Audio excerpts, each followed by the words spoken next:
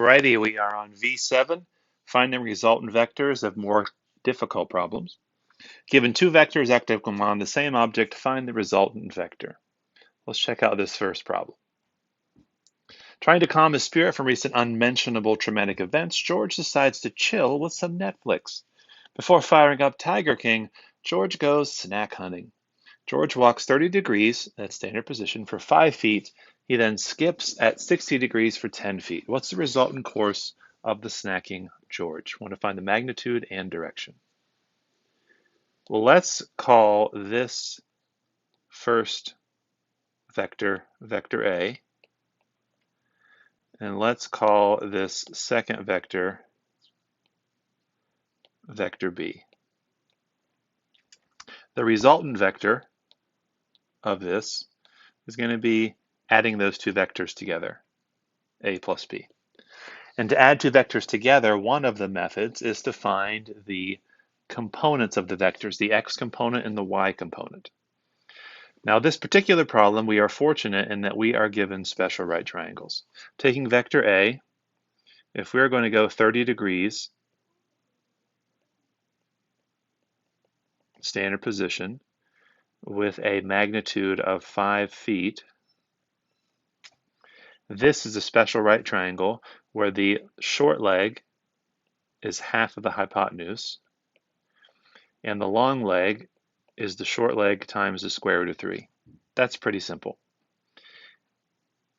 Incidentally, 2.5 square roots of 3 is about 4.33 using a calculator. Yes, exact answers are better, but when we have to add things together, exact answers are complicated. Then the second vector, this was vector A. Vector B, he is going 60 degrees in standard position with a magnitude of 10 feet. So component-wise, if we make our right triangle using a reference triangle once again always uses a horizontal line as one of the legs.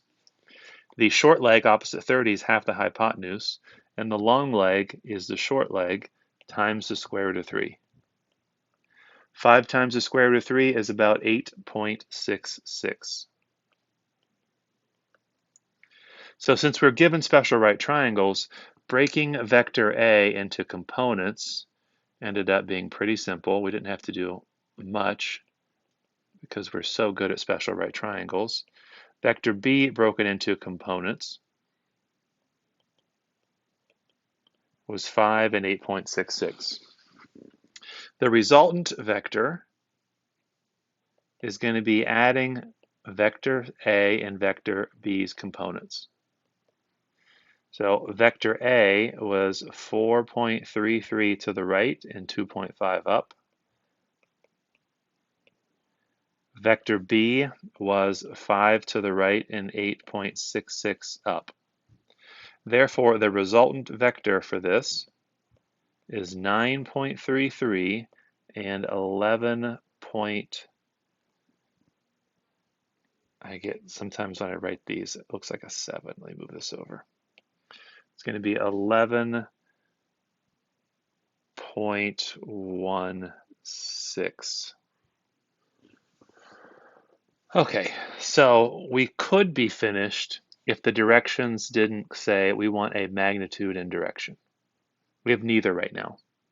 We have the components for R, 9.33 and 11.16, but we don't have the magnitude or the direction. Let me just draw this. Going to the right, going to the right, 9.33.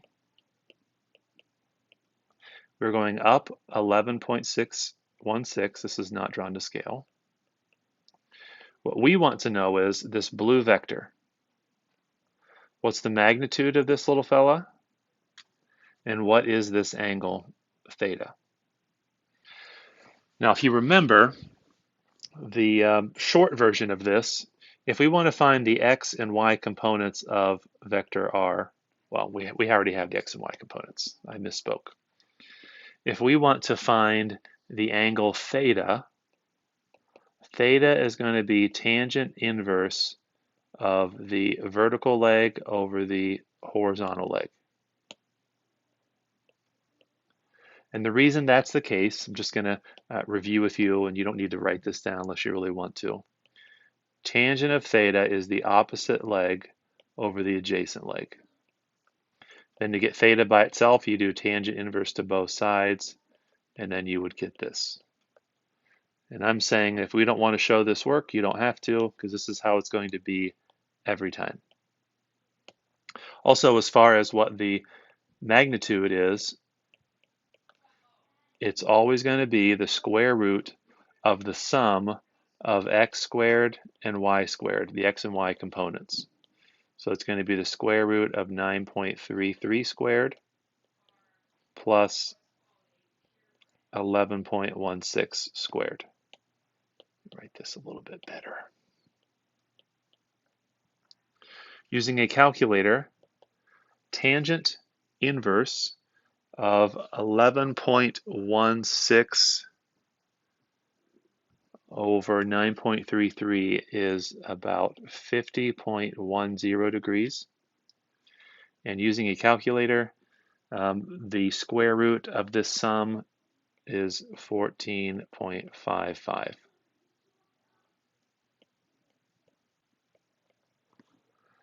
The directions, once again, what's the magnitude and direction? So this is our answer for this. And before I get away from this problem, let me just give to you a big picture of what just happened. George went 30 degrees for 5 feet. Then he went 60 degrees for 10 feet. I'm sorry, I wrote 50 degrees. What he could have done is he could have went directly to where he was going for 14.55 feet, and he could have used the angle of 50.10 degrees. That's what that represents. That resultant vector is the combination of the two other vectors. Let's try another one where they're not special right triangles. After devouring a metric ton of Cheesy Poofs and Jolt Cola, George needs a nap. George slumbers at negative 50 degrees for 8 feet and then crawls at 230 degrees for 8 feet. What's the resulting vector? Let's draw the situation, x and y axis. He goes negative 50 degrees, that's going to be in the clockwise direction, like so, for 8 feet. We want to find the x and y components for this. So let's just do this vector first. This is this red vector here. So the x component of this, we could simply take the radius times cosine of the angle, followed by the radius times sine of the angle, for the reasons I mentioned on the previous problem. Let's call this vector v. The radius is 8, the angle is negative 50 degrees.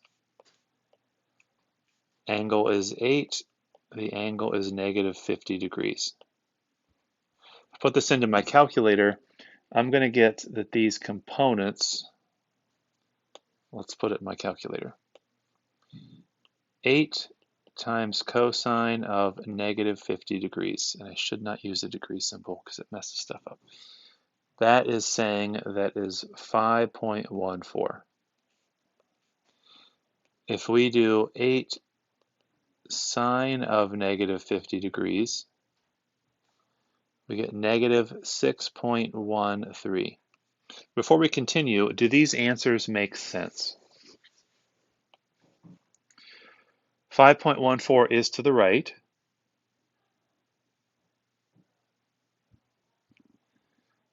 That's true in quadrant 4. Negative 6.13 is down.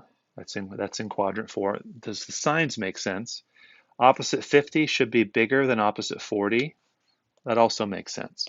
So You won't necessarily know if your answer is correct by doing what I just did, but you would know if your answer was ridiculous. And none of this seems ridiculous. The second vector, 230 degrees, that's going to fall into quadrant 3.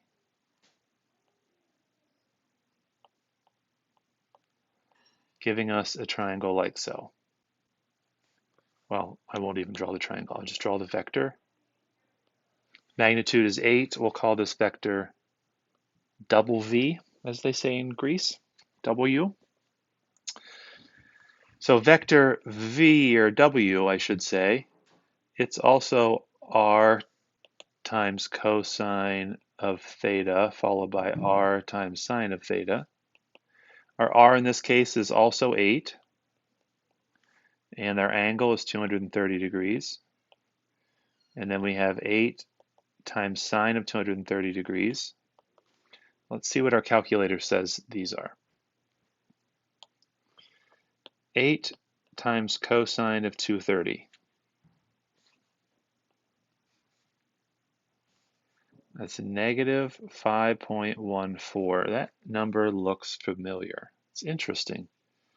And then 8 times sine of 230 is negative 6.13. Also interesting. Let's see if we can try to make sense of what just happened. We're getting this, essentially the same answers, but the signs are different for each of these. So why is this happening? It's happening because if you look here, this reference angle is going to be 50 degrees. If you have the same reference angle, then the values in your triangles are going to be the same, or at least scale factors of each other. So does it make sense in quadrant 3 that x is negative and y is negative? It sure does. So let's find the resultant vector for this. We'll call this r. We're going to take vector v plus vector w.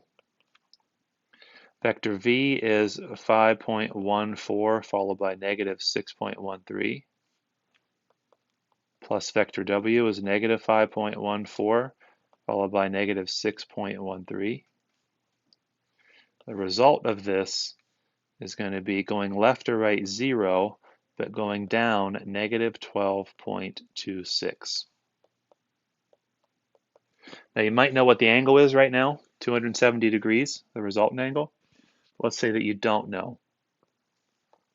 Let's draw the picture of this vector. If we go 0 left or right, and we go down 12.26, that means we're going to be down like so. We could call this angle 270 degrees, or we could call it negative 90 degrees, either way. So theta for the resultant vector is 270 degrees, and the magnitude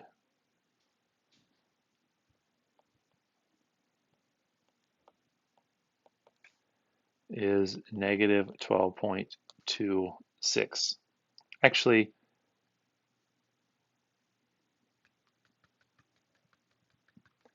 I would say this magnitude is just 12.26.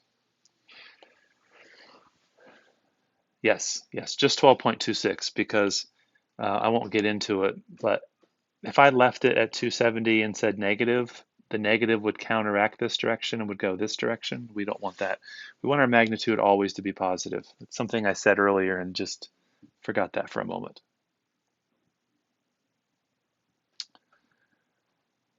I guess we could write this in polar form, which didn't occur to me. If you remember polar form, we wrote with the magnitude first and the direction second. So we could do that for this. We could say that vector r is 12.26, 270 degrees. And for the previous one, we could say that vector r was 14.55, 50.10 degrees. Let's write our answer in polar coordinates. Magnitude first and the angle second.